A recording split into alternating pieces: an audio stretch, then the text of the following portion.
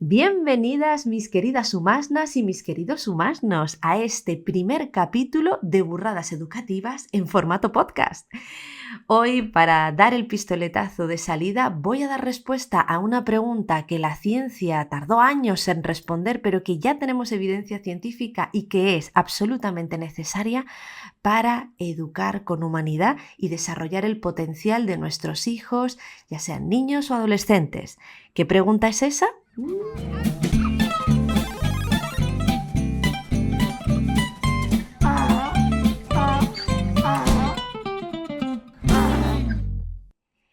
Bueno, dejémonos de intrigas. ¿Cuál es esa pregunta? Pues la ciencia lleva años tratando de identificar qué factores específicos son aquellos que contribuyen a que el desarrollo de un niño sea completo y sano. ¡Ja! Menudo preguntón. Esto es casi como responder de dónde venimos y a dónde vamos. Empecemos por lo más básico. En el momento que un niño necesita algo y la mamá o el papá no le atiende o se retrasa, es decir, que por cualquier razón no hay una respuesta inmediata, pues se genera un intervalo entre la demanda del niño y la satisfacción de esa necesidad, ¿vale? Entonces, en ese intervalo aparece la sensación de ausencia, la falta. Y es experimentado como que el otro no está o que él está separado o separada. Esto se puede llegar a vivir con muchísima angustia. Ten en cuenta que si eres un bebé eres totalmente dependiente. Es decir, para comer tetita, para comer biberón, para que te cambien, para que te abriguen, para que te den medicinas. O sea, la dependencia es total. Con lo cual, el hecho de percibir que el otro no está o que el otro está separado puede vivirse con bastante angustia, ¿vale? Por eso, este periodo de tiempo es tan importante, porque aunque ese periodo de tiempo exista, si al final de ese momento el niño, la niña consigue satisfacer profundamente sus necesidades, no solo biológicas, sino también las afectivas, el niño o la niña crece con un apego seguro. Y esto es lo que John Bowlby, por allá por los años 60, descubrió, que no se trataba solo de cubrir necesidades biológicas tipo estar calentito, tener la pancita llena. No, que es que había una necesidad de vínculo, de contacto, de ser visto, de ser sostenido, de ser validado, de ser incluso, fijaros, que se deleiten en ti como bebé y como niño es absolutamente necesario para crecer en condición de salud psíquica y física, ¿no? Esto es como la piedra angular de todo el modelo educativo que yo llevo trabajando durante años. Es decir, cuando yo me di cuenta de que lo primero que había que garantizar era el apego seguro, las cosas cambiaron muchísimo. De hecho, hoy que tengo a mi hija de 4 años, madre mía, de 4 meses, y tengo un hijo de 8 años, y yo he cambiado, yo he evolucionado, yo he investigado más, he aprendido más. Ahora cuando la veo pidiendo tetita o que está incómoda, que a lo mejor está demasiado activada porque hay ruido alrededor, porque a lo mejor le ha dado hipo y no sabe cómo dormirse, me doy cuenta de lo importante que es, lo absolutamente importante que es que el cuidador de referencia sepa dar respuesta a esas necesidades en la forma que el niño o la niña lo necesita en ese momento.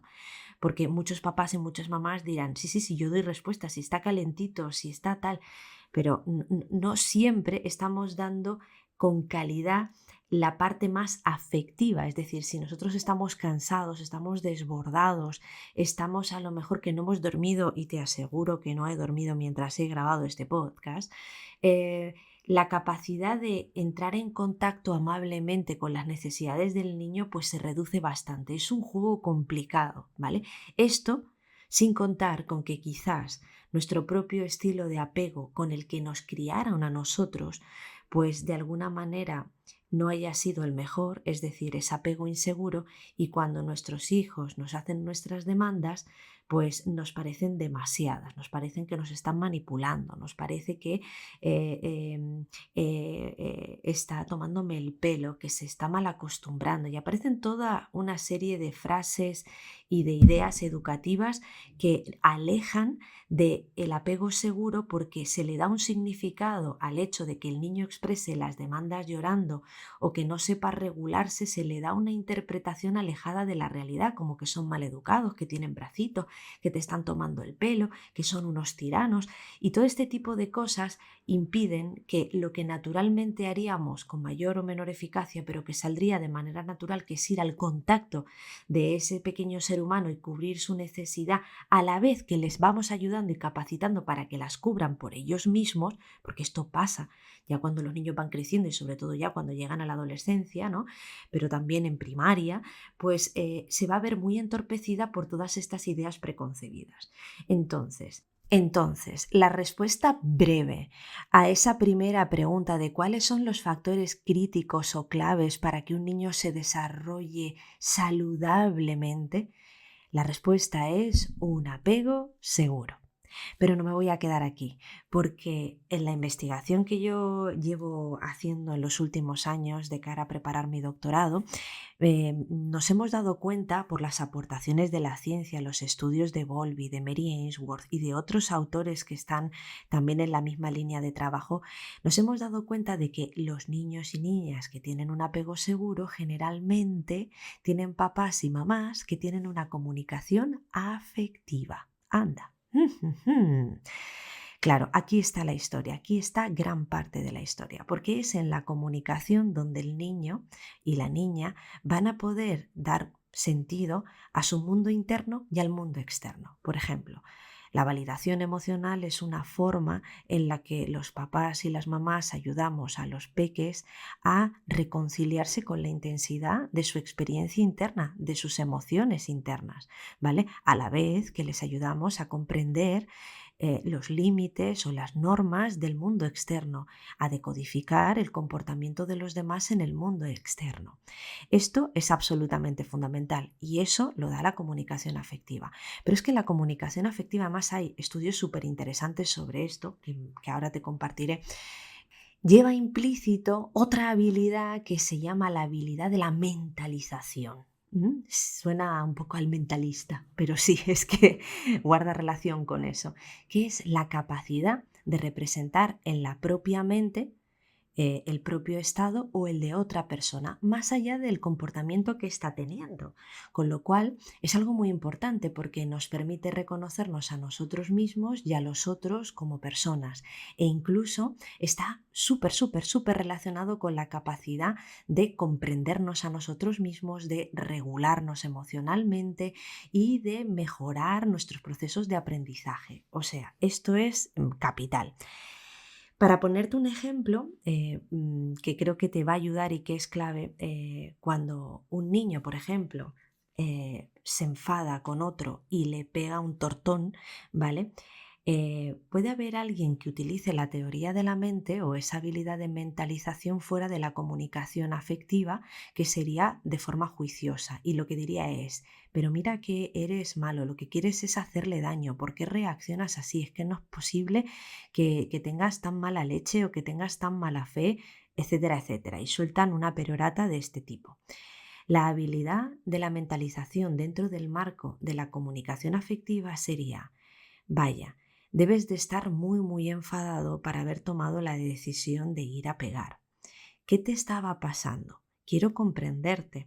A veces cuando sentimos tanta rabia, el cuerpo tiene como la necesidad de usar las manos, las piernas, para soltar toda esa rabia en forma de patada, de mordisco o de puñetazo, porque no estamos sabiendo qué hacer con esa rabia. Tenemos que encontrar otras formas de aliviar esa rabia que no impliquen ni hacerte daño a ti mismo ni hacer daño al otro. Pero esto que te pasa es absolutamente natural y lo comprendo. ¿Qué te parece si vamos viendo qué estabas necesitando en ese momento y cómo puedes, bueno, pues expresar tu límite, manejar tu rabia de otra forma?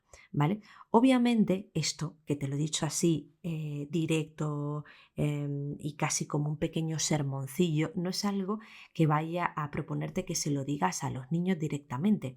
De hecho, en el método de los 7 colores, este tipo de conversación se co-construye desde la comunicación afectiva, haciendo preguntas, validando y devolviendo con respuestas parafraseadas la realidad interna del niño, y se va co-construyendo una conversación que tiene la intención de aumentar el nivel de conciencia de los recursos que tiene ese niño o esa niña para manejarse en esa situación, en el cole, en casa, consigo mismo y con los demás. Porque para eso estamos, para acompañarles en el proceso de aprender a vivir, podríamos decirlo de manera sintetizada.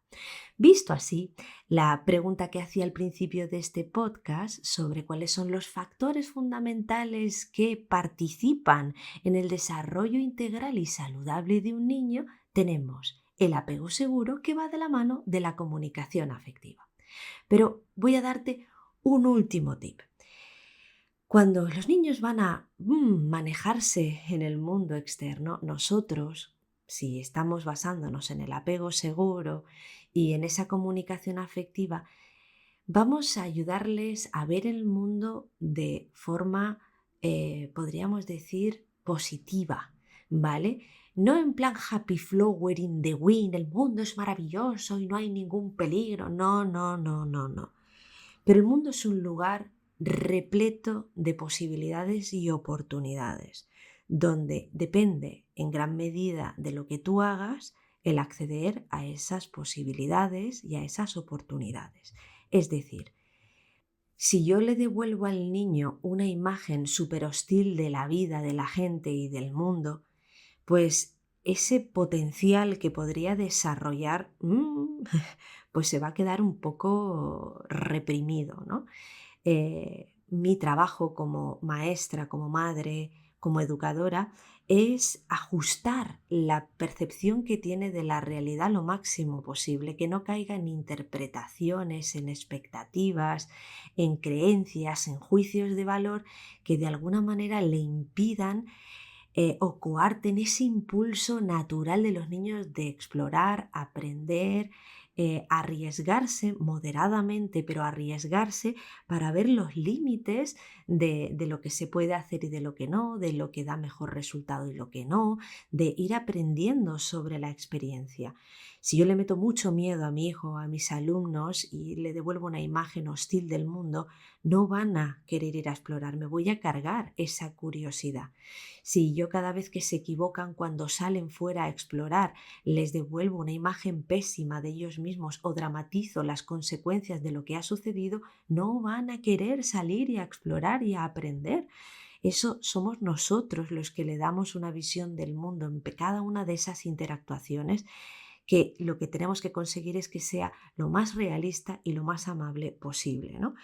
Em, Aquí es donde yo creo que el método de los 7 colores hace un trabajazo tremendo con padres, maestros y profesionales educativos, porque el tipo de actividades, dinámicas, herramientas, fichas, conversaciones que se crean son precisamente para esto, para que las áreas de desarrollo de un niño, ¿vale? No se queden mermadas o castradas, por eso yo hablo tanto de educastración, porque nosotros en nuestras interactuaciones con ellos, en vez de potenciarles, les acabemos limitando. Por eso es fundamental tener conversaciones y encuentros en relación a la identidad, a quién eres tú, a la autoestima, que yo cada vez, ya haré un podcast sobre esto, pero me voy alejando más de la autoestima y me voy metiendo más en la autoconsciencia. Y esto, la psicología cada vez lo está poniendo más en el centro de todo. No se trata de autoestima. De hecho, ya lo comentaré en próximos podcasts, ¿no? Pero eso de que tener la autoestima alta para que el niño piense bien de sí mismo a toda costa, ojo, cuidado, que está disparando los niveles de rasgos narcisistas en la sociedad y la población joven actual, ¿vale? No va de eso y además la ciencia ya lo sabe, ¿ok?